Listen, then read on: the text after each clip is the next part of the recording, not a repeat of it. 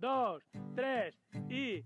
Que al 2018 s'impulsen programes als centres escolars i espais socioeducatius de Torrent per tal de potenciar valors solidaris i a favor d'una convivència positiva i inclusiva.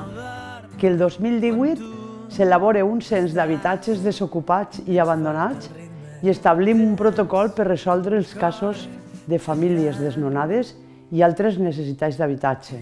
Que el 2018 els governs i la societat en general han de prendre mesures per a revertir l'efecte del canvi climàtic.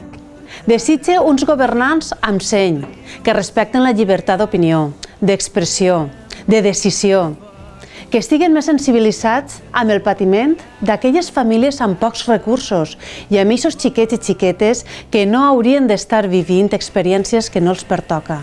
Aquest acord ciutadà se situa del costat de la implementació d'un pla de rescat per garantir cobertures de necessitats bàsiques, alimentació, habitatge, aigua, llum i gas per a les persones i les famílies.